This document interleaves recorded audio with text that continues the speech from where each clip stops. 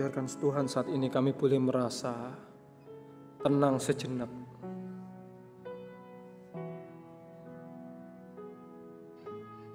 Supaya kami boleh mengerti, kami boleh merasakan sejenak arti dari damai.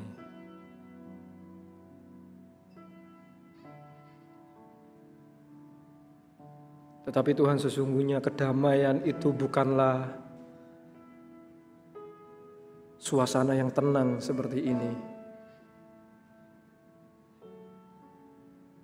Tetapi justru ketika di dalam kegalauan, dan itulah yang sedang kami bawa saat ini.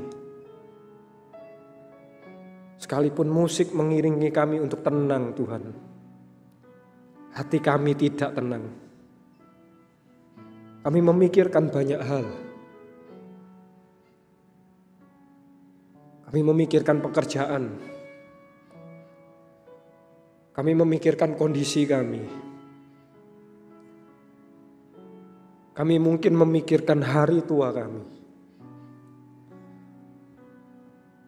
Kami mungkin memikirkan anak kami. Dan masih banyak lagi, Tuhan.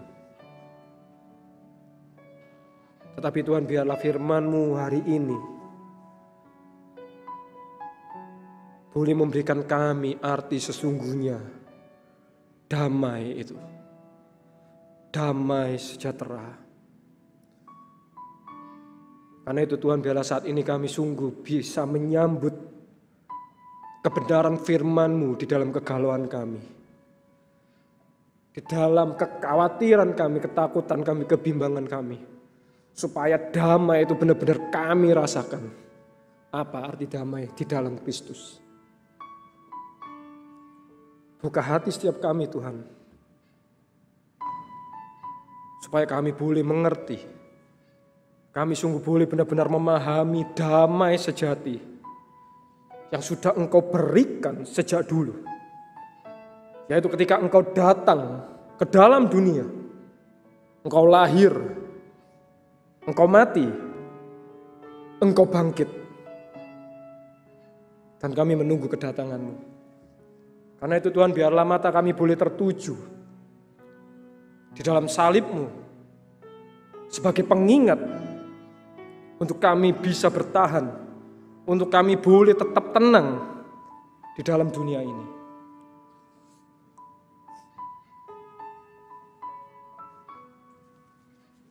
Terima kasih Tuhan, di dalam nama Tuhan Yesus kami berdoa dan mengucap syukur.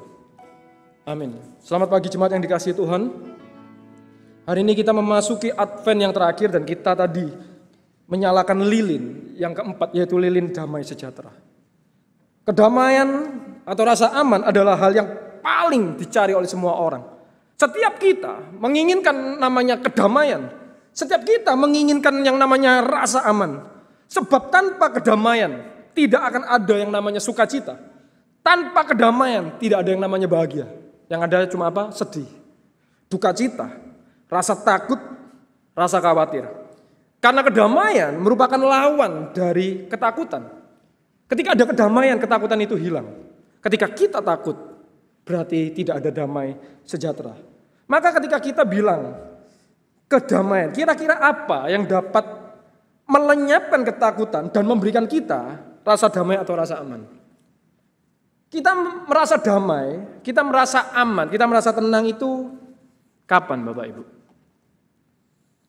Bukan ketika keadaan tenang tadi ya, gitu ya. Tetapi kapan?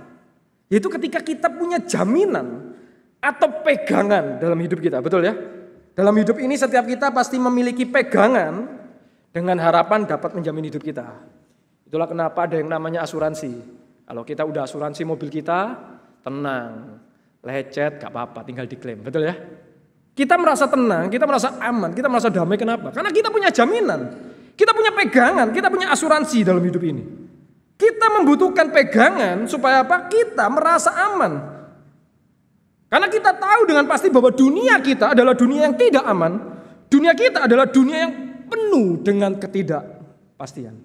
Karena itu mari ketika kita akan merenungkan firman Tuhan hari ini, saya kembali ajak kita melihat dari Yesaya 9 ayatnya yang pertama.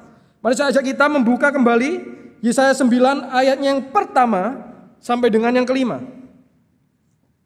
Yaitu nubuatan tentang kelahiran Raja Damai. Saya bacakan bagi setiap kita. Bangsa yang berjalan di dalam kegelapan telah melihat terang yang besar. Mereka yang diam di negeri kekelaman, atasnya terang telah bersinar. Kita mendengarkan bagian ini 3 minggu yang lalu, Advent yang pertama. Berbicara tentang harapan. Kalau kita bicara tentang Natal, masing-masing Advent itu saling terkait ya. Harapan, ketika kita punya harapan maka kita punya iman atas harapan itu. Dan ketika kita punya harapan, itu memberikan kita sukacita. Kenapa punya sukacita? Karena memberikan kedamaian, memberikan kepastian. Ayat kedua, engkau telah menimbulkan apa? Sukacita, banyak sorak-sorak dan sukacita yang besar.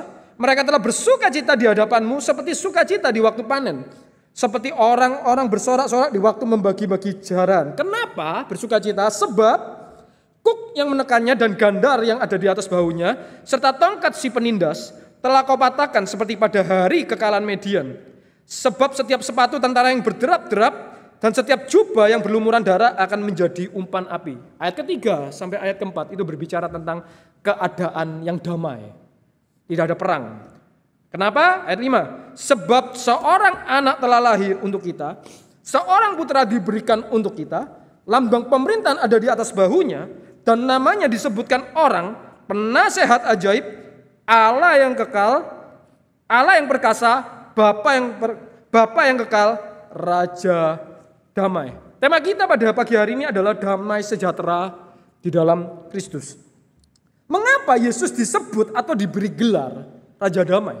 Dikatakan ia akan disebut orang Raja Damai. Kenapa kok disebut Raja Damai? Kenapa diberi gelar Raja Damai? Nah, sebenarnya hal ini Bapak Ibu tidak bisa dilepaskan dari harapan apa yang dibawa oleh Yesus. Jadi ketika kita ngomong tentang damai sejahtera, kenapa kok Yesus ini diberi gelar Raja Damai? Itu tidak bisa kita lepas dari harapan apa yang Yesus bawa. Harapan apa Bapak Ibu yang Yesus bawa? Apa harapannya? Yang dikatakan minggu yang lalu, hari ini aku telah memberitakan kepadamu kesukaan besar. Terang yang besar telah bersinar, harapan besar. Yang memberikan kesukaan besar. Yang memberikan damai yang besar. Harapannya apa Bapak Ibu? Apa harapan yang Yesus bawa Bapak Ibu? Yaitu penebusan dosa manusia. Ada amin Bapak Ibu? Harapan yang Yesus bawa adalah penebusan dosa manusia. Yang kedua, harapan yang Yesus bawa adalah pemulihan ekonomi. Dolar turun, BBM turun, bunga KPR turun. Yang pekerja naik, yang bergumul dalam pekerjaan akan diberkati. Yang belum ada pasangan hari ini pulang, dapat pasangan. Yang bergumul anak hari ini, Tuhan beri setelah khotbah ini selesai. Yang sakit saat ini juga sembuh, amin, haleluya, puji Tuhan. Ada sukacita Bapak Ibu?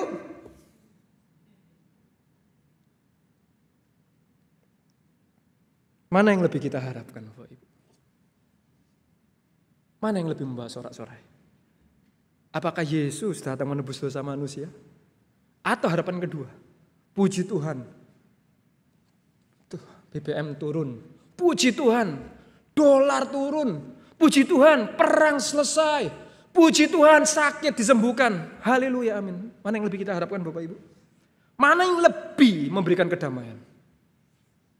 Yesus yang datang menebus dosa atau Yesus yang datang sekedar memulihkan segala pergumulan dan masalah kehidupan kita? Yang mana Bapak Ibu? Kalau kita boleh jujur, pikiran reform atau injilin kita pasti bilang, oh ya Yesus yang menebus dosa manusia. Betul ya? Tetapi perasaan kita pasti memilih yang kedua. Ketika Tuhan memulihkan segala masalah kita. Saya ingin menunjukkan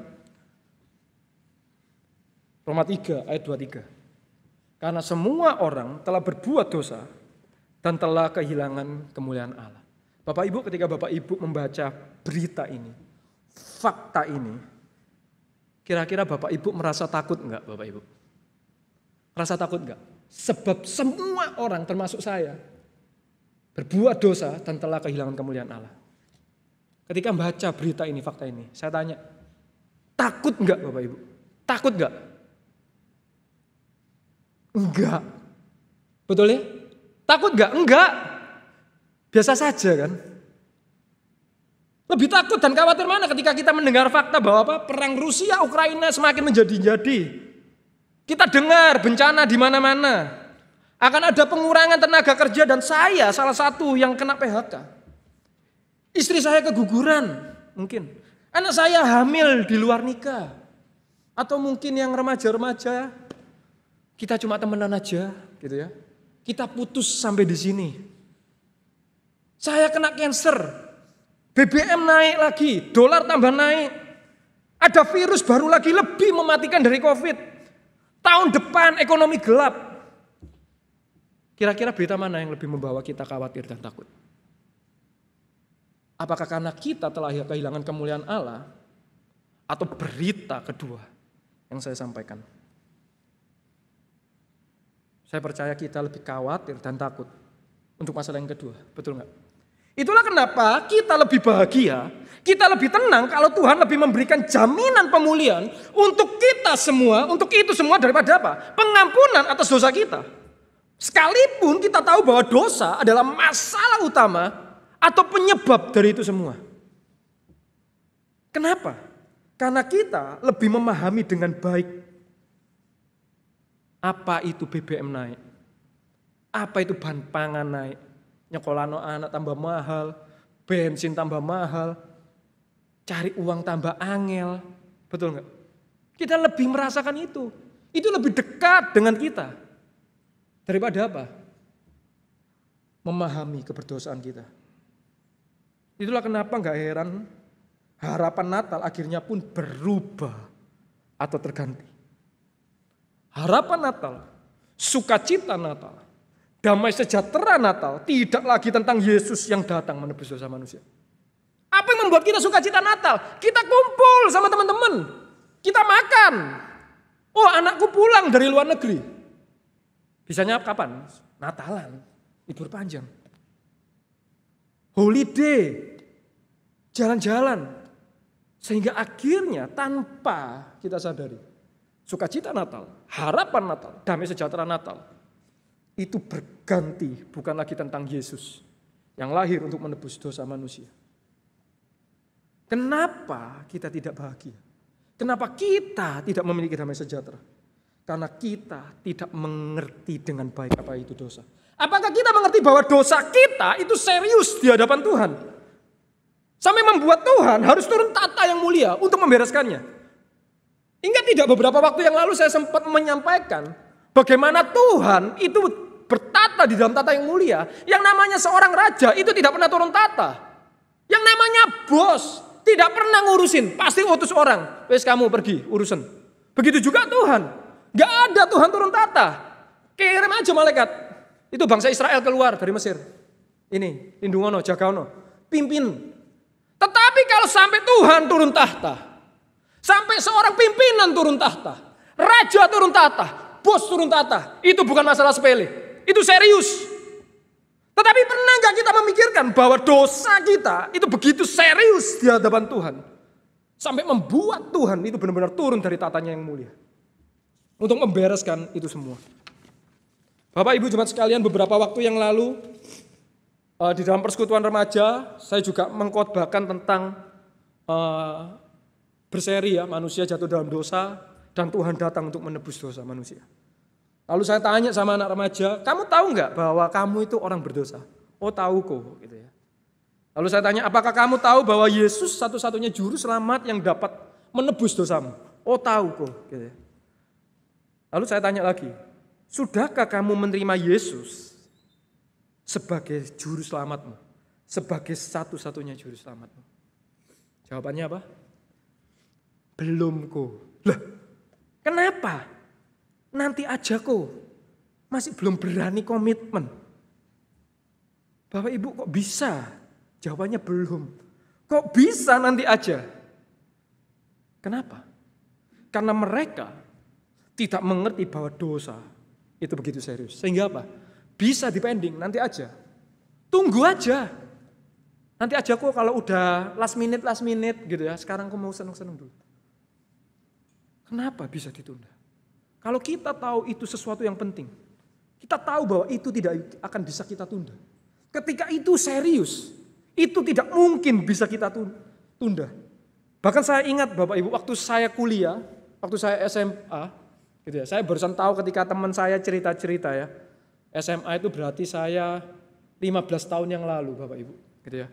Saya pikir yang namanya narkoba, seks bebas, itu jauh dari saya Bapak Ibu. Ternyata enggak. Teman deket saya, teman sepermainan saya yang sering nginep sama dia. Ternyata udah pernah waktu SMA. Dan waktu ketika kita kumpul-kumpul, makan-makan, saya ingat banget gitu ya. Mereka itu ngomong pengalaman mereka Bapak Ibu. Sama cewek ini. Ada satu orang bilang, halah aku loh SMP sudah pernah. Gila gak Bapak Ibu? Kita bikin dosa malu loh Bapak Ibu. Kita bikin dosa itu malu, tetapi apa? Mereka begitu bangganya. Aku SMP sudah pernah main. Gila gak Bapak Ibu? Kita sadar gak bahwa sebenarnya dosa itu terjadi di sekeliling kita, tetapi didevaluasi atau adanya penurunan nilai dari dosa. Tambah lama, tambah menurun bobotnya. Dosa tidak lagi dilihat sebagai sesuatu yang serius. Dosa hanya dilihat sebagai crime, kriminal. Pelanggaran hukum sipil. Bukan lagi dilihat sebagai pelanggaran akan hukum Allah. Dosa hanya dilihat sebagai perbuatan yang salah dan tidak terpuji. Bahkan begitu seringnya dosa berseliweran di antara kita. Akhirnya apa? Dosa itu menjadi biasa. Bahkan menjadi sesuatu budaya yang akhirnya diterima. Kita sadar nggak Bapak Ibu? Ya kan? Gak usah jauh-jauh. Budaya yang sudah kita terima itu adalah omongan Surabaya Bapak Ibu. Lama-lama apa? Bahasa gaul.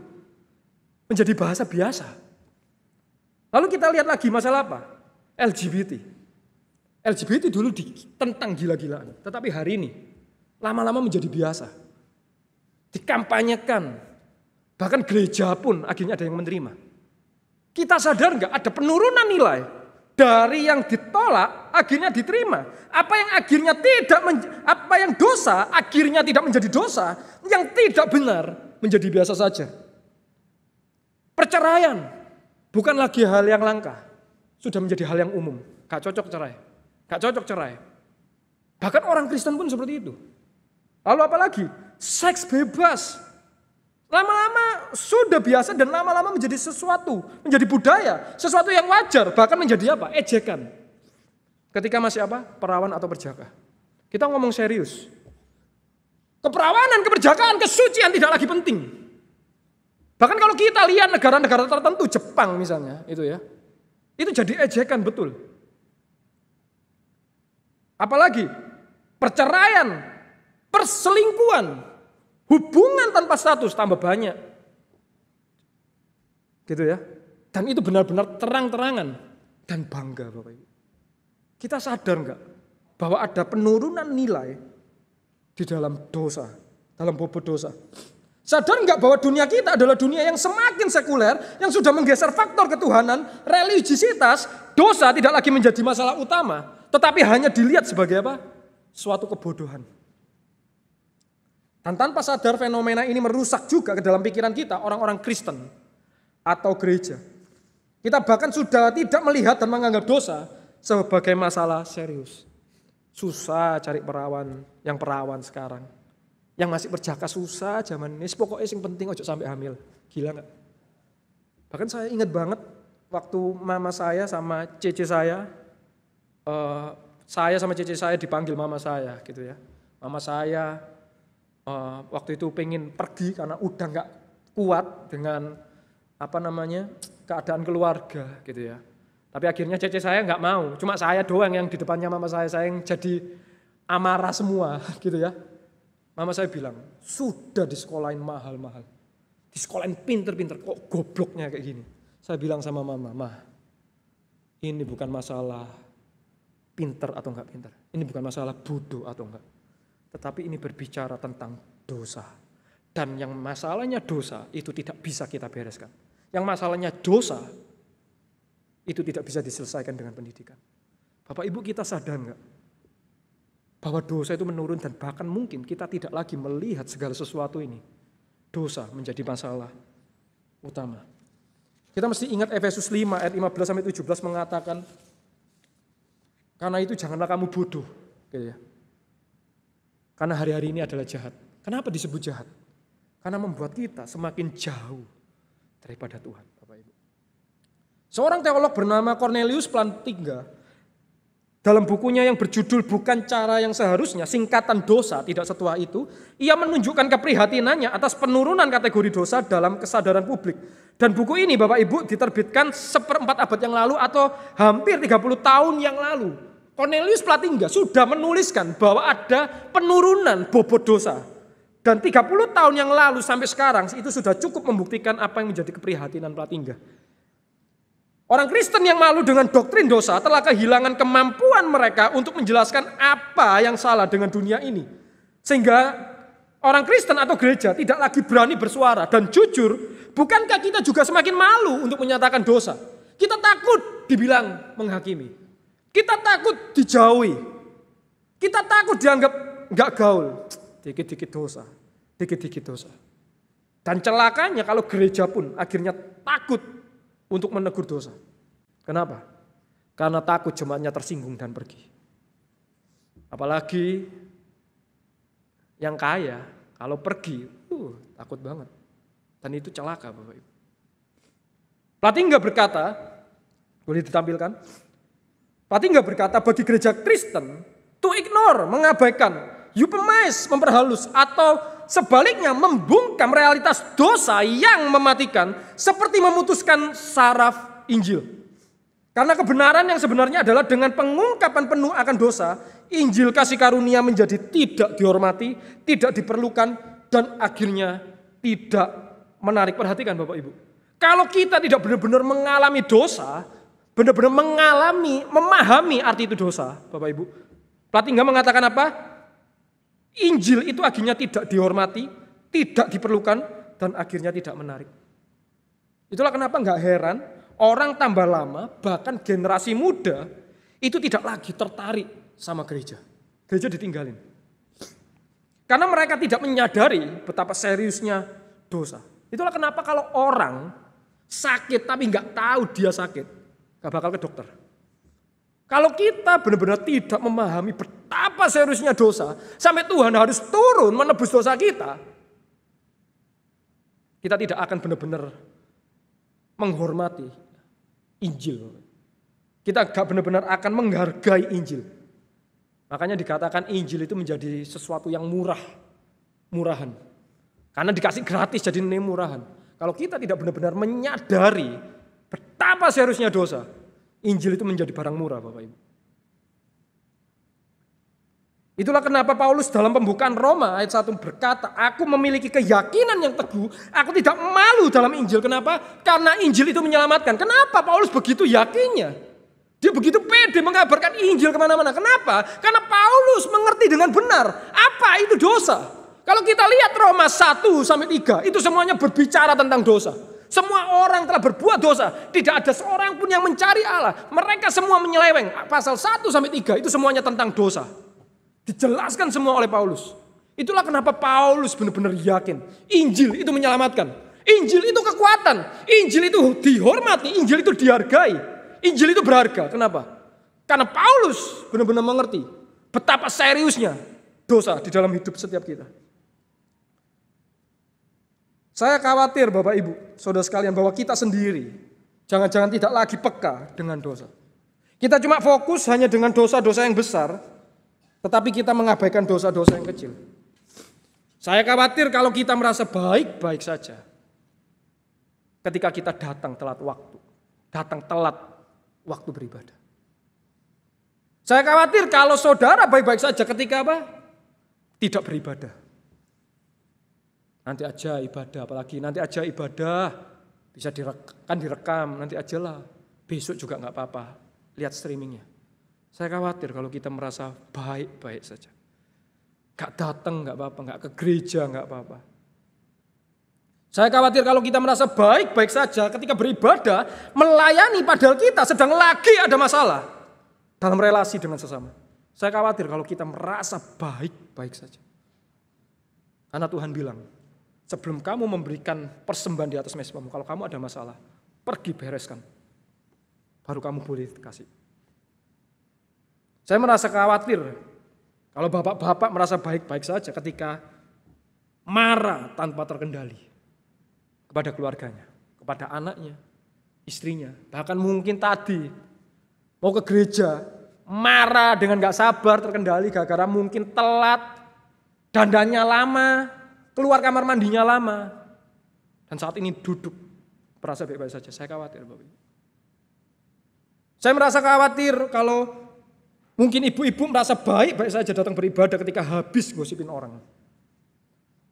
Saya merasa khawatir muda-mudi merasa baik-baik saja ketika kurang ajar dengan orang tua dan pacaran tanpa batas. Saya merasa khawatir kalau suami-suami atau istri-istri merasa baik-baik saja ketika mulai nyaman dengan teman lawan jenis yang lain. Saya khawatir Bapak Ibu. Penting bagi kita untuk bicara dan kembali serius dengan yang namanya dosa. Kalau kita jadi orang Kristen sudah tidak lagi bicara tentang dosa, maka kita sudah memutuskan Injil dari kekristenan. Apa itu dosa Bapak Ibu? Jangan-jangan kita sendiri pun sudah tidak tahu apa itu dosa. Apa itu dosa? Dosa itu adalah hidup tidak butuh Tuhan. Hidup tanpa Allah. Hidup dalam ketidaktaatan. Hidup dalam ketidakpercayaan. Hidup sesuka hati. Dan itu berarti permusuhan atau pemberontakan terhadap Allah. Bisa Bapak Ibu hidup tanpa Allah. Suatu kali ada 2 orang datang ke bait Allah. Satu orang Farisi, satu pemungut cukai. Orang Farisi doa bilang, Tuhan terima kasih. Karena aku bukan pezina, aku bukan pencuri, dan aku bukan kayak dia, pemungut cukai. Aku berpuasa, aku memberikan persembahan, aku berpuluhan, aku melayani banyak segala hal. Dan aku orang Farisi, aku tahu itu Taurat. Pemungut cukai berdoa cuma apa? Bilang, dia pukul dirinya, Tuhan ampuni saya orang berdosa. Tuhan bilang apa? Orang pemungut cukai ini pulang dengan dibenarkan. Dan orang Farisi itu tidak. Kurang hebat apa Bapak Ibu? Bahkan Tuhan Yesus bilang kalau hidup keagamaanmu tidak jauh, bukan lebih baik ya, lebih benar daripada orang Farisi. Kamu gak akan masuk kerajaan surga. Hidup yang lebih benar itu seperti apa? Yaitu hidup yang mencari Allah. Orang Farisi datang gak butuh Tuhan. Gak minta pengampunan Tuhan. Dia cuma nyombong, aku tidak mencuri, aku tidak pezina, aku tidak pemungut cukai, aku persembahan, aku ini. Betapa banyak mungkin dari kita datang ketika kita tidak menyadari diri kita berdosa. Kita sudah melakukan dosa besar di hadapan Tuhan Bapak Ibu. Dosa itu adalah tidak membutuhkan Allah. Hidup tanpa Allah. Hidup sesuka hati. Dan itu berarti permusuhan atau pemberontakan terhadap Allah. Bapak Ibu, saya tanya siapa di sini yang suaminya begitu semangat, ayo ma cepet ma, mandinya cepet, dandannya cepet, nanti telat ke gereja. Ada yang kayak gitu? Puji Tuhan itu ya. Ada yang istrinya juga semangat, ayo pak bangun cepetan, ojo nonton bola, besok ini ibadah. Mempersiapkan, ada kayak gitu.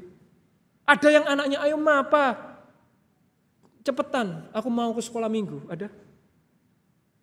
Ada nggak yang kita bilang, aduh pelayananku kurang, aku mau nambah pelayan lagi, aku mau ini. Ada Bapak Ibu? Ada yang nggak pernah males baca Alkitab Bapak Ibu? Ada yang nggak pernah males doa Bapak Ibu? Bapak Ibu, kita nggak usah melakukan dosa untuk berbuat dosa.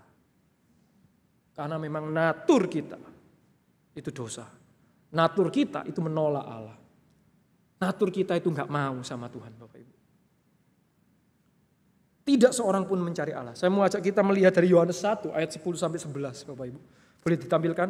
Di situ dikatakan ia telah ada di dalam dunia dan dunia dijadikan olehnya, tetapi dunia tidak mengenalnya. Ia datang kepada milik kepunyaannya, tetapi orang-orang kepunyaannya tidak menerimanya. Bapak Ibu, kalau kita melihat bagian yang pertama dikatakan terang itu datang ke dalam dunia. Kristus itu dikatakan terang besar yang turun ke dalam kegelapan. Kita kalau normal di dalam kegelapan kelihatan terang, yang kita lakukan apa Bapak Ibu? Kita pasti datang ke terang, betul nggak? Kalau enggak apa? Oh itu ada terang di sana, kita lihat. Kita pasti lihat terang ketika kita ada dalam kegelapan. Tetapi di sini dikatakan apa? Ada terang, tetapi apa? Ditolak. Ada terang, tetapi dijauhi, nggak didatangi. Kenapa Bapak Ibu? Kenapa nggak normal? Apa yang membuat kita di dalam kegelapan, tetapi ketika ada terang kita nggak bisa datang? Kita nggak mau datang. Apa Bapak Ibu? Yaitu buta. Itulah kegelapan yang sesungguhnya, yaitu buta. Kebutaan, orang buta dikasih terang nggak bisa datang. Dan itulah kita Bapak Ibu. Dosa itu membutakan kita. Dosa itu tidak punya pengenalan akan Allah. Membutakan kita. Itulah kenapa kita nggak bisa datang ke Tuhan. Kalau Tuhan nggak datang gandeng kita nggak bisa keluar dari kegelapan. Itulah kenapa dikatakan Tuhan datang untuk apa? Mencari mereka yang hilang. Mencari mereka yang tersesat. Kenapa? Karena kita buta. Kita nggak bisa balik. Kita nggak bisa lihat. Harus Tuhan yang datang cari kita, gandeng kita, tarik kita. Itu anugerah. Kalau tanpa Tuhan, mati kita. Itulah kenapa kita mesti benar-benar mengerti betapa seriusnya dosa kita. Karena kita adalah orang-orang yang buta. Tidak bisa kita datang kepada Allah. Kalau agama lain, mereka datang kepada Allah. Tidak mungkin bisa. Hanya kekristenan, Tuhan datang cari kita. Agama lain, manusia cari Tuhan, tidak bisa. Kekristenan satu-satunya. Tuhan yang datang mencari manusia. Itulah Injil. Sekali lagi kalau kita tidak benar-benar memahami keberdosaan kita, kebutaan kita tidak akan pernah menghargai Injil. Kita tidak akan pernah benar-benar menghargai anugerah Tuhan dalam hidup kita. Itulah kenapa Natal itu berbicara tentang perenungan. Menyadari betapa gelapnya hidup kita, betapa bobroknya kita, betapa tidak mampunya kita. Sehingga ketika ada orang yang menolong, itu memberikan sukacita yang besar, yang tidak pernah terlupakan. Itulah Natal. Damai Bapak Ibu, ketika kita berbicara damai. Damai itu selalu dikaitkan dengan yang namanya perang. Jadi ketika kita ngomong damai itu berarti ketiadaan perang. Dan kalau kita lihat tadi di dalam Yesaya 9 ayat 3 sampai 4. Ketika dikatakan sebab kuk yang menekannya gandar di atas baunya, tongkat si penindas telah kau patahkan, setiap sepatu tentara berderap-derap berlumuran darah menjadi umpan api. Itu artinya ketiadaan perang Bapak Ibu. Jadi ketika kita bicara damai, itu berarti ketiadaan perang. Apalagi ketika kita melihat konteks nubuatan tentang bagian ini Bapak Ibu. Jadi konteks latar belakang bagian ini itu adalah Yehuda di dalam pengepungan Bapak Ibu. Jadi Yehuda itu dikepung oleh Israel Utara dan oleh Aram kalau saya nggak salah ya. Gitu. Jadi waktu itu rajanya sangat ketakutan. Raja Ahasnya itu sangat ketakutan Bapak Ibu. Makanya dikasih nubuatan ini. Gitu ya. Mengapa kita tidak bisa punya kedamaian dalam hidup ini? Karena kita, dunia ini telah melawan kekuatan terbesar, yaitu apa? Allah. Kita tidak punya kedamaian dalam dunia ini. Kenapa? Karena kita sedang melawan Allah. Itulah dosa. Dunia menjadi dunia yang tidak aman. Dunia menjadi dunia yang tidak pasti. Kenapa? Karena telah dikutuk Allah, sebab manusia telah jatuh di dalam dosa. Sebab manusia telah menolak Allah. Mereka menolak percaya Allah. Mereka menolak taat sama Allah. Dan lebih percaya siapa? Iblis. Itu pemberontakan besar. Itu perlawanan yang besar. Mungkin ada orang yang tidak takut akan Allah. Karena mereka tidak mengenal Allah. Aku gak percaya Allah, aku gak takut sama Allah. Tetapi, perhatikan ya. Tidak ada orang yang tidak takut dengan yang namanya mati. Saya ulangi, mungkin ada orang yang tidak takut dengan Allah. Aku gak takut Tuhan. Ada. Tetapi saya percaya setiap orang takut yang namanya mati. Semua orang yang tidak mengenal Allah pasti takut mati. Semua orang yang tidak mengenal Allah pasti takut mati. Jadi kalau kita mengenal Allah, kita seharusnya tidak takut mati, Bapak Ibu. Kenapa? Karena kematian maut itu adalah upah dari dosa. Saya mau ajak kita melihat Ibrani 2 ayat yang ke-15. Dan supaya dengan jalan demikian, ia membebaskan mereka yang seumur hidupnya berada dalam perhambaan oleh karena takutnya kepada maut. Bapak Ibu, setiap orang takut yang namanya mati. Dan itu tertanam di dalam hati setiap kita. Karena kematian, maut, itu adalah hukuman, upah dari dosa, pemberontakan terhadap Allah. Mungkin Bapak Ibu tidak takut akan Allah, tapi saya percaya Bapak Ibu takut yang namanya maut, kematian. Bapak Ibu, saya mau menunjukkan satu buah gambar. Ada yang tahu peristiwa ini Bapak Ibu? Boleh angkat tangan biar saya tahu, ada nggak yang tahu?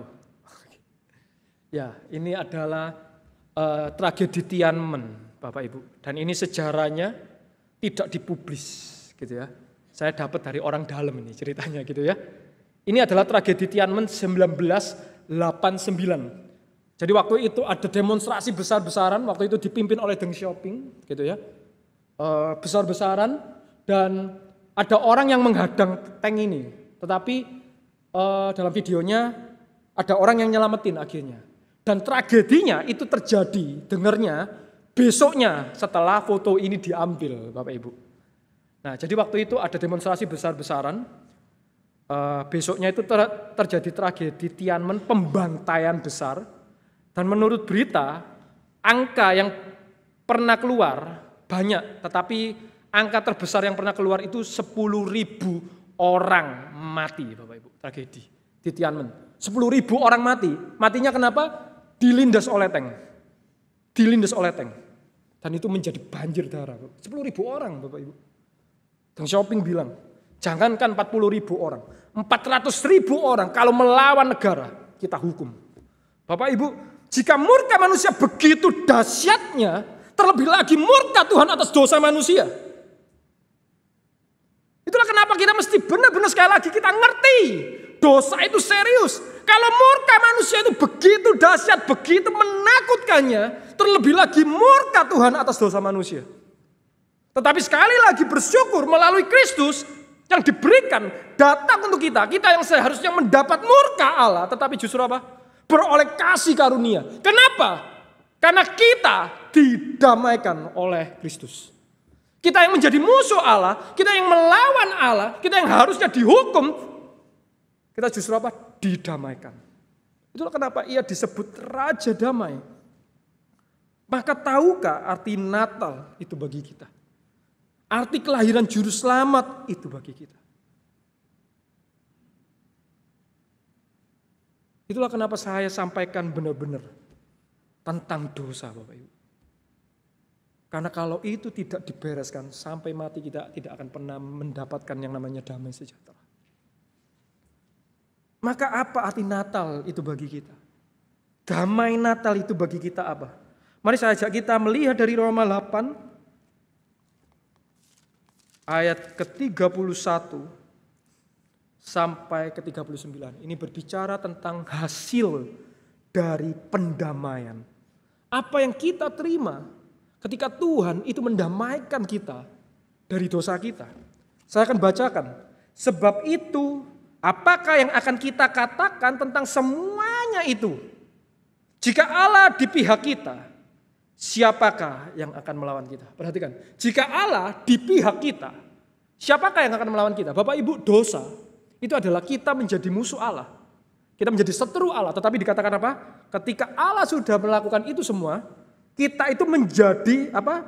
Di pihak Allah, sekutu Allah. Maka siapakah yang akan melawan kita? Ia yang tidak menyayangkan anaknya sendiri, tetapi yang menyerahkannya bagi kita semua. Bagaimana mungkin ia tidak mengaruniakan segala sesuatu kepada kita bersama-sama dengan Dia? Perhatikan, jika ia yang menyerahkan, tetapi yang menyerahkannya bagi kita semua, bagaimana mungkin ia tidak mengaruniakan segala sesuatu kepada kita bersama-sama dengan Dia? Siapakah yang akan menggugat orang-orang pilihan Allah? Allah yang membenarkan mereka. Siapakah yang akan menghukum mereka? Kristus Yesus yang telah mati, bahkan lebih lagi yang telah bangkit, yang juga duduk di sebelah kanan Allah, yang malah menjadi pembela bagi kita. Siapakah yang akan memisahkan kita dari kasih Kristus? Penindasan, kesesakan, penderitaan, atau kelaparan, atau ketelanjangan, bahaya atau pedang. Sebab ada tertulis, oleh karena engkau kami ada dalam bahaya maut sepanjang hari. Kami telah dianggap sebagai domba-domba sembelian. Tetapi dalam semuanya itu, kita lebih daripada orang-orang yang menang oleh Dia yang telah mengasihi kita. Sebab aku yakin bahwa baik maut maupun hidup, baik malaikat-malaikat maupun pemerintah-pemerintah, baik yang ada sekarang maupun yang akan datang, atau kuasa-kuasa, baik yang di atas maupun yang di bawah, ataupun sesuatu makhluk lain, tidak akan dapat memisahkan kita dari kasih Allah yang ada dalam Kristus Yesus Tuhan kita. Mengapa ada damai sejahtera dalam Kristus? Karena kita tidak lagi menjadi musuh Allah. Kita tidak lagi menjadi jajahan dosa. Kita tidak lagi menjadi orang hukuman. Tetapi kita menjadi lebih dari pemenang. Apa arti lebih daripada pemenang? Yaitu menjadi anak-anak Allah, Bapak Ibu. Kita yang seharusnya dihukum menjadi orang yang dikasihi. Dari tawanan menjadi anak-anak Allah. Makanya dikatakan kita lebih daripada seorang pemenang. Dan dikatakan apa? Tidak ada yang dapat memisahkan kita. Itu penting. Ketika Tuhan mendamaikan kita dengan Allah, dikatakan apa? Tidak ada yang dapat memisahkan kita lagi dari Allah. Ngerti artinya Bapak Ibu? Yesus itu disebut apa? Yesus itu disebut apa? Immanuel. Ini arti Immanuel. Allah yang beserta dengan kita. Allah yang tidak akan terpisah lagi dari kita. Itulah Immanuel. Kenapa ya disebut Immanuel? Karena Dia menasehat kita. Dia Allah yang perkasa yang akan menyertai kita. Dia ya Bapa yang kekal, pemelihara selalu. Dan Dia Raja damai. Kenapa? Kenapa kita damai? Karena kita tidak ditinggalkan.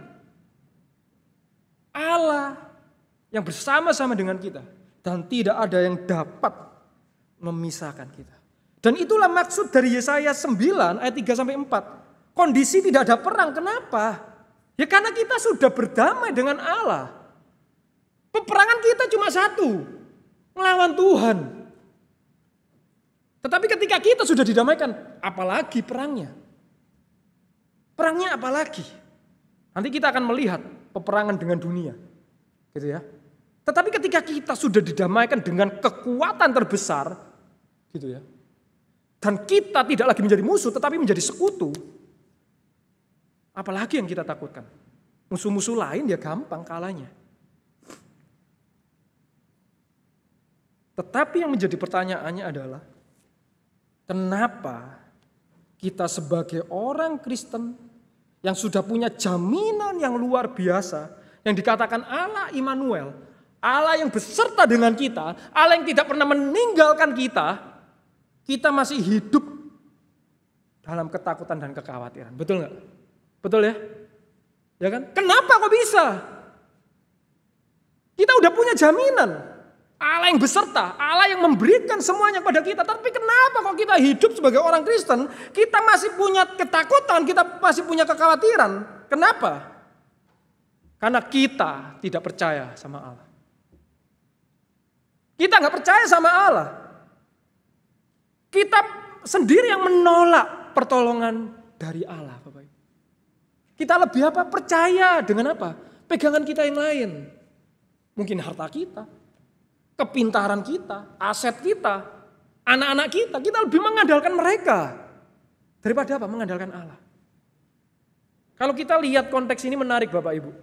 Jadi tadi kan saya katakan bahwa waktu itu rajanya adalah Raja Ahaz. Ketika dikepung, Yesaya datang kasih harapan. Bro, tenang, jangan khawatir, gitu ya. Tuhan akan menyertai kamu. Lek kamu masih takut, khawatir, minta tanda sama Tuhan. Tuhan pasti kasih tanda supaya apa? Tenang. Kita kan butuh tanda biasanya ya kan, supaya tenang toh, butuh tanda, ya kan. Tetapi Ahaz bilang apa? Enggak. Aku enggak mau ngerepotin Tuhan. Gila enggak? Tuhan wis mau bantu, lek kamu enggak percaya, minta tanda Tuhan kasih. Tuhan akan kasih, tetapi apa? Ditolak oleh Ahaz. Dan dia lebih memilih apa? Asyur Bapak Ibu. Untuk menolong. Dan itulah kehancuran Tuhan begitu marah. Dan Tuhan menyerahkan Israel. Hancur kena Asyur. Apa yang menjadi harapan mereka justru menghancurkan mereka. Bapak Ibu. Apa yang membuat kita takut dan khawatir hari ini? Karena kita sama seperti Ahaz. Kita nggak percaya. Kita lebih mengandalkan yang lain. Kita menolak pertolongan dari Allah. Kenapa sih kok kita nggak percaya Bapak Ibu? Kenapa Bapak Ibu? Karena kita tidak memahami betul polis dari jaminan Tuhan. Ngerti polis Bapak Ibu? Kalau kita misalnya nabung ya di bank atau asuransi, itu dapat apa Bapak Ibu? Dapat polisnya kan, betul nggak? Kalau kita baca nggak? Kita dengarkan nggak polisnya? Kalau kita nganu asuransi, kita nganu deposito, gitu masukin, kita baca nggak Bapak Ibu? Baca atau wis percaya aja lah, tanda tangan aja, itu repot. Akhirnya apa? Ketika ngeklaim salah semua. Loh Pak, ini nggak sesuai dengan polisnya Pak. Begitu juga dengan kita. Kenapa kok kita itu masih takut khawatir? Karena kita nggak benar-benar ngerti polisnya, jaminannya, kontrak kerja sama Tuhan. Kita nggak benar-benar ngerti Bapak Ibu. Kita nggak baca, kita tidak memahami. Itulah kenapa kita tidak mengenal kasih Tuhan dengan benar. Itulah kenapa kita tidak mengerti jaminan keselamatan, kedamaian itu dengan benar. Karena kita tidak baca baik-baik polisnya. Bapak Ibu, Tuhan memberi kita jaminan bukan masa depan saja. Khotbah saya terakhir saya bilang Tuhan tidak memberi kita jaminan masa depan saja. Tuhan tidak hanya memberikan jaminan keselamatan saja, tetapi apa? Tuhan juga memberi jaminan untuk hidup kita yang sekarang. Kita harus ingat. Jadi jangan sampai mengandalkan Tuhan, aku selamat. Tetapi dalam hidup sehari-hari kita tidak mengandalkan Tuhan. Kita lebih mengandalkan yang lain. No. Cukup satu jaminan, cukup satu asuransi, cukup satu pegangan, yaitu apa? Dalam Kristus. Kristus menjamin masa depan kita, keselamatan kita. Juga Kristus menjamin kita di dalam hari ini. Karena itu mari saya ajak kita melihat polisnya baik-baik. Supaya kita benar-benar memahami. Jaminan apa yang Tuhan berikan sama kita. Supaya kita nggak salah. Polis yang pertama saya ajak banyak. Tetapi habis waktu ya. Gitu ya. Saya akan tunjukkan beberapa. Saya ajak kita membaca dari Yohanes 16 ayat 33. Yohanes 16 itu berbicara tentang jaminan Roh Kudus. Roh Kudus akan dikirim supaya apa? Kita tidak sendirian di dalam dunia ini. Jadi Tuhan kasih kita jaminan. Janji Tuhan tentang Roh Kudus yang menunjukkan bahwa kita tidak ditinggalkan sendirian. Nah, apa polisnya Bapak Ibu? Bisa dibaca di sini polisnya yang kalian terima di dalam Alkitab. Semuanya itu kukatakan kepadamu supaya apa? Kamu beroleh damai sejahtera di dalam aku.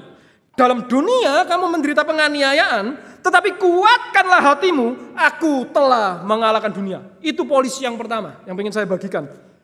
Bapak Ibu, kalau kita lihat bagian ini sebenarnya sejajar. Kalau diartikan itu seperti ini. Di dalam dunia kamu memiliki penderitaan. Di dalam aku kamu memiliki damai sejahtera. Jadi di dalam hidup ini kita punya dua. Punya penderitaan, tetapi punya damai sejahtera, Bapak Ibu, gitu ya. Jadi kita punya penderitaan sekaligus kedamaian. Kenapa kok ditulis penderitaan, bukan ketakutan? Karena kalau ada takut, nggak mungkin ada damai, gitu. Jadi ditulis penderitaan. Dalam dunia kamu mengalami penderitaan. Di dalam aku kamu memiliki damai sejahtera. Bapak Ibu harus ngerti ya polisnya. Tuhan tidak menghilangkan penderitaan. Ingat, di dalam dunia ini kita punya dua. Penderitaan dan damai sejahtera. Tuhan tidak menghilangkan penderitaan. Tetapi penderitaan, masalah, pergumulan itu tidak akan membuat kita takut dan khawatir. Jadi mesti ngerti. Jadi ketika kita, Tuhan izinkan sakit. Kita jangan ngomel. Ketika Tuhan gak sembuhkan, kita jangan kecewa. Kenapa Tuhan gak sembuhkan? Ketika ada masalah terjadi, penderitaan terjadi, kita marah, kita kecewa sama Tuhan, kita meninggalkan Tuhan. No, polisnya tidak seperti itu. Kontraknya adalah apa? Kamu punya penderitaan, tapi kamu punya kedamaian di dalam aku. Makanya saya bilang Bapak Ibu, pergumulan kalian hari ini, ketika Anda sakit, Anda bergumul berdoa, kalau Tuhan tetap izinkan terjadi, jangan kecewa. Karena Tuhan tidak pernah menjanjikan menghilangkan penderitaan. Kalau Tuhan kasih kemurahan lebih lagi, bersyukur. Tetapi kalau Tuhan tetap izinkan itu terjadi, Bapak Ibu. Percaya, ada damai sejahtera yang menyertai. Itu polis yang harus kita pegang baik-baik. Seringkali banyak yang kecewa.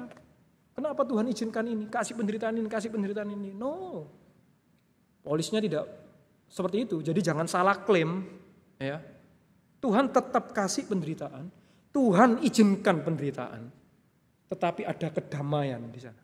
Itu janji Tuhan, Bapak Ibu. Karena Ia sudah mendamaikan kita dengan Allah. Belajar dari kesalahan Ahaz. Ahaz, Bapak Ibu, itu adalah raja yang paling jahat dari seluruh sejarah Raja Yehuda. Bahkan mungkin dari seluruh Raja Israel, Bapak Ibu. Apa kejahatannya? Yaitu yang pertama, tadi saya sudah sampaikan, ia menolak pertolongan Tuhan. Tuhan mau tolong, enggak butuh Tuhan. Ditolak pertolongannya dan lebih memilih Asyur. Bahkan apa? Dia mengganti mesbah bakarannya Salomo. Itu diganti dengan mesbah bakarannya Asyur. Gendeng ini orang. Jadi di kemah suci itu ada mesbah, itu untuk mesbah bakaran. Ahaz bilang, waktu jalan-jalan ke Asyur, bagus juga ini mesbahnya. Difoto, dikirim, tolong buat mirip seperti ini. Dan itu ditaruh menggantikan mesbahnya Salomo. Mesbahnya Salomo dipakai buat apa? Ngeramal, Bapak Ibu, gendeng. Ini orang gendeng, gitu ya. Bahkan dosanya lagi apa? Yaitu mempersembahkan anaknya untuk korban bakaran bagi ilah. Tetapi ini yang pengen saya sorot, Bapak Ibu. Dosa Ahaz, salah satu dosa Ahaz. Ini dosa Ahaz itu biasa dosa kita semua, Bapak Ibu. Bukankah kita juga sama kan? Tuhan mau tolong kita lebih percaya sama yang lain, betul ya? Dan ini dosa yang pengen saya sorot, yaitu dosa Ahaz mengorbankan anaknya sebagai korban bakaran. Apa kaitannya dengan kita? Bapak Ibu, saya pengen titip pesan ya. Jangan korbankan anakmu, keluargamu. Hai para suami, para bapak, para ibu, keluarga. Jangan korbankan keluargamu untuk karirmu. Jangan korbankan keluargamu, anakmu untuk apa? Jabatanmu, untuk pekerjaanmu. Jangan, Bapak Ibu. Betapa banyak keluarga apa? Anak-anak ditinggalkan sama orang tuanya. Saya tahu pergumulan hari ini kita perlu susah cari uang. Tetapi jangan korbankan mereka. Sampai kita tidak punya waktu, Bapak Ibu. Kita mungkin tidak korbankan, kita bakar. No. Tetapi berapa banyak orang tua yang mengorbankan keluarganya. Anaknya ditinggalkan untuk apa? Status, karir. Kita mesti aware, Bapak Ibu. Dan tidak jarang kita pun gagal sama seperti Ahaz. Yang lebih mengandalkan yang lain daripada Tuhan. Tetapi sekali lagi Bapak Ibu, kita tetap bisa memiliki kedamaian. Karena Allah setia, sekalipun kita gagal, itu tidak memutuskan kerjasama kita dengan Allah. Perhatikan Bapak Ibu, sekalipun kita gagal, itu tidak memutuskan kerjasama kita dengan Allah. Polis yang selanjutnya, boleh ditampilkan. 2 Timotius 2 ayat 13, jika kita tidak setia, dia tetap setia karena dia tidak dapat menyangkal dirinya. Bahkan di dalam kegagalan kita, ia tetap bekerja untuk mendatangkan kebaikan. Roma 8 ayat 28. Tuhan bekerja dalam segala hal untuk mendatangkan kebaikan dalam hidup kita. Kemarin saya pergi sama mama saya. Mama saya cerita. Mama dapat pelayanannya, khotbahnya tentang Natal. Kok mama bergumul ya? Tuhan, kenapa kok hidupku susah gitu ya? Anakku kayak gini. Kenapa Tuhan tidak mengangkat salib? Saya bilang, Ma, jok salah. Kok enak Tuhan nyuruh angkat salib? Yang salah kita kok. Yang salah Cece kok. Kok enak Tuhan bilang hilangkan? Enggak. Karena itu jangan macam-macam. Gitu ya. Dosa, konsekuensi dosa harus tetap kita tanggung. Tetapi aku bilang sama mama saya, tetapi percayalah Ma, sekalipun kita gagal, sekalipun kita salah jalan, Tuhan tetap menyertai kita. Tuhan tidak meninggalkan mama. Tuhan kasih kekuatan mama, damai sejahtera untuk melewati kesalahan kita. Jadi jangan pikir ketika kita melakukan kesalahan semua dihapus. No, itulah kenapa kita mesti berhati-hati di dalam perjalanan hidup kita. tidak dihapus. Tetapi saya bilang, harapan masa depan itu tetap ada. Tetap ada. Di dalam segala kegagalanmu, segala kesalahan masa lalumu, percayalah masa depan itu tetap ada. Karena Tuhan bekerja untuk mendatangkan kebaikan. Segala kesalahan kita, Tuhan akan tetap bekerja.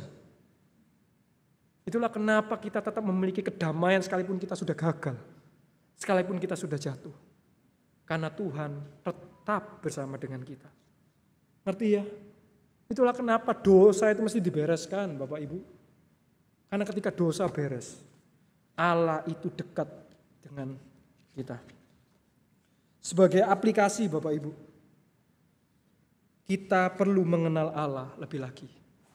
Baca polisnya baik-baik Bapak Ibu. Jangan cuma kita asuransi, kita baca polisnya. Jangan cuma kita deposito, kita baca polisnya. No, ini juga dibaca. Ini polis kita, ini jaminan kita Bapak Ibu. Maukah kita mengenal Allah lebih lagi? Maukah kita melihat ke dalam diri kita lebih lagi? Betapa buruknya kita. Betapa rapuhnya kita. Betapa rusaknya kita. Tetapi Tuhan tetap menolong. Mari kita mengenal Allah lebih lagi. Dan meminta serta menanti pertolongan dari Allah di dalam doa Bapak Ibu.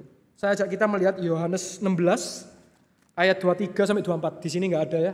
Saya ajak kita melihat dari Yohanes 16 ayat 23 sampai 24. Ini polis yang lain Bapak Ibu. Yohanes 16 tentang Roh Kudus ya. Ini masih tentang Roh Kudus ya. Yohanes 16 ayat 23 sampai 24. Dan pada hari itu kamu tidak akan menanyakan apa-apa kepadaku. Aku berkata kepadamu sesungguhnya segala sesuatu yang kamu minta kepada Bapa akan diberikannya kepadamu dalam namaku. Sampai sekarang kamu belum meminta sesuatu pun dalam namaku. Mintalah, maka kamu akan menerima, supaya penuhlah sukacitamu. Bapak Ibu, sebagai penutup saya mau men-sharingkan satu hal. Beberapa waktu yang lalu saya bergumul dengan teman-teman remaja pengurus. Kami rasanya benar-benar bingung. Karena melihat remaja ini mesti diapain gitu ya. Kok rasanya berat. Apalagi pelayanan ibadah itu benar-benar kita kekurangan SDM gitu ya. Jadi waktu itu kita rapat terus kita mikir, ini kita mesti diapain? Kalau ibadah remaja gini terus, ini akan susah. Yang khotbah susah. Itulah kenapa ibadah ini penting Bapak Ibu. Kalau musiknya tidak rapi, yang khotbah setengah mati Bapak Ibu. Kalau pujiannya udah ngantuk, khotbah satu arah tidur Bapak Ibu. Makanya saya bilang, ibadah kita ini mesti diapain? Lalu kita mikir-mikir dan mereka bilang, masalahnya itu di mana gitu ya. Dan ini dosanya saya Bapak Ibu. Mereka bilang, kok rasanya mereka ini kurang disiplin ya Bu ya. Entah mungkin nyalain sekolahnya, entah mungkin maksudnya dari orang tuanya kelihatannya kurang didorong, banyak lah pikiran gitu ya. Saya lupa Bapak Ibu. Waktu itu ketika saya mikir saya bilang, minggu depannya saya bertobat Bapak Ibu. Saya bilang sama mereka, kalian harus tahu, masalah ini bukan masalah sekolah, ini bukan masalah keluarga, ini masalah dosa, saya bilang. Banyak sekali kita takut SDM tambah berkurang gitu ya. Yang ngelatih gak ada. Saya bilang kita mesti bayar harga. Bayar harganya apa? Kok Krishna gak tahu mesti ngapain. Tetapi aku cuma tahu satu hal. Yaitu apa? Doa. Kita sudah jarang lagi berdoa. Kita cuma pikir masalah kita masalah ini. No. Masalah kita adalah masalah dosa. Dan itu tidak bisa kita bereskan. Itu harus Tuhan yang bereskan. Mau enggak sama saya? Mulai saat ini kita berdoa buat remaja. Kita doakan supaya Tuhan ubah hati mereka. Tuhan bentuk hati mereka, ubah hati mereka supaya apa? Mereka bisa datang sama Tuhan. Mau enggak kita berdoa? Bapak Ibu. Mau enggak kita berdoa? Saya ajak teman-teman remaja. Gitu. Kita mesti ingat Bapak Ibu. Masalah utama itu adalah masalah dosa. Saya bilang, ini tambah ini. Saya bilang, saya tidak mau takut. Ketika ada masalah, besoknya ada masalah masalah pelatih, besoknya ada masalah ini, saya bilang, tenang, saya cuma bilang apa? Tuhan, tolong saya takut, saya nggak ngerti remaja ini mau saya bawa kemana. Cuma saya bilang, Tuhan, Kau yang tolong saya. Walaupun ini mundur, saya tidak takut. Aku mau berdoa. Bapak Ibu, polis yang berikutnya. Sampai sekarang kamu tidak berdoa, kamu nggak minta tanda sama aku, doa. Maka apa? Sukacitamu akan penuh. Mari kita masuk di dalam doa. Saya minta pemusik memainkan. Bapak Ibu, ketika kita bicara Yesus Raja Damai, Dia memberikan kita 3 jaminan. Jaminan yang pertama, yaitu keselamatan dan pemeliharaan di dalam dunia. Jaminan yang kedua, Dia tidak pernah meninggalkan kita sendirian di dalam dunia ini. Dan jaminan yang ketiga, Dia akan kembali. Dia akan datang kembali dan mengubah semuanya menjadi baru. Yang menjadi pertanyaannya bagi setiap kita, sudahkah kita memiliki jaminan mulia itu? Bapak Ibu, saat ini jikalau Bapak Ibu belum memiliki jaminan mulia itu, saya undang Bapak Ibu untuk boleh membuka hati dan boleh menerima Kristus sebagai jaminan mulia dalam hidupku. Dia tidak hanya menjamin keselamatanmu, tetapi Dia juga menjamin hidupmu hari ini.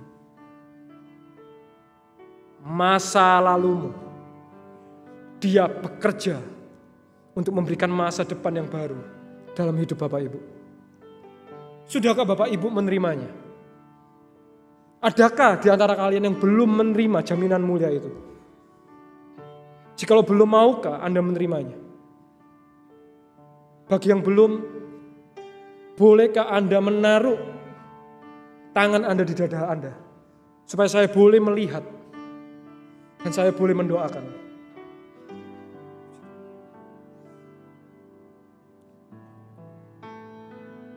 Tuhan, kiranya firman-Mu hari ini boleh menjamah jemaat-Mu hari ini. Mereka yang sungguh hidup di dalam ketidakdamaian, ketidakpastian, bahkan mereka hidup di dalam pegangan yang begitu banyak macam. Tuhan, kiranya hari ini mereka yang boleh membuka hati mereka. Mereka sungguh boleh menerima Engkau sebagai jaminan mulia. Engkau kiranya boleh masuk di dalam hati mereka dan sungguh memberikan kedamaian yang besar, sukacita yang besar dalam hidup mereka. Yang selanjutnya, Bapak Ibu, Saudara sekalian, ketika kita berbicara tentang Advent, tentang menunggu, adakah kita sungguh menunggu pertolongan Tuhan di dalam setiap pergumulan kita? Saya ingin mengingatkan setiap kita bahwa kita mesti terus mengingat bahwa menjelang kedatangan Tuhan akan disertai dengan berbagai macam penderitaan, hidup yang semakin tidak mudah. Tetapi hari ini aku mengingatkan Injil bahwa engkau sudah didamaikan. Allah besertamu dan tidak ada yang dapat memisahkan kita dari kasih Allah. Karena itu di dalam dunia, sekalipun engkau mengalami penderitaan, engkau memiliki penderitaan, tetapi di dalam Kristus engkau memiliki damai sejahtera. Pegang itu, jaminan mulia itu jangan pernah kita lupakan. Ketika kita menderita, ketika kita bergumul, ingat Tuhan besertamu, Tuhan bersamamu. Berdoa, bawa segala takut dan khawatirmu, dan Dia akan menjawab, dan Dia akan memberikan damai sejahtera. Tuhan, terima kasih untuk kebenaran firman-Mu hari ini yang boleh diberitakan. Kiranya Tuhan, kami sungguh boleh benar-benar memahami arti Injil, arti damai sejahtera, arti kedatangan-Mu bagi kami. Kami orang-orang yang buta, kami yang tidak bisa datang, kami bahkan yang tidak mengerti hari esok, karena kami buta Tuhan. Tetapi kami bersyukur karena kami tidak ditinggalkan sendirian. Engkau datang, Engkau menggandeng kami, Engkau memegang kami untuk berjalan, memasuki kegelapan, untuk menghadapi kegelapan ke depan. Karena itu Tuhan, biarlah kami Tuhan sungguh boleh benar-benar percaya kepadamu. Kiranya perjalanan yang sudah kami lewati tahun-tahun yang lalu itu boleh menambahkan iman kami. Ingatlah bahwa tahun ini bukanlah tahun yang terang. Tahun ini bukanlah tahun yang baik. Tetapi Tuhan menyertai kita sampai hari ini. Karena itu kalau besok kita takut dan khawatir, ingatlah perjalanan kemarin. Kalau Tuhan yang menyertai kita kemarin, percayalah bahwa besok Tuhan yang akan menyertai kita. Jangan takut dan jangan khawatir. Jikalau Ia sudah menyerahkan yang utama yaitu anaknya untuk mendamaikan kita, apalagi yang tidak Ia berikan untuk kita. Bawa segala ketakutan kita, kekhawatiran kita di dalam doa. Damai sejahtera Tuhan akan menyertai setiap kita. Terima kasih Tuhan. Tuhan berkati setiap jemaat-Mu dalam pergumulan mereka. Mereka tidak akan hancur, tetapi akan membuat iman mereka bertumbuh. Akan membuat mereka semakin mengenal kasih-Mu. Terima kasih Tuhan, di dalam nama Tuhan Yesus kami berdoa dan ucap syukur. Amin.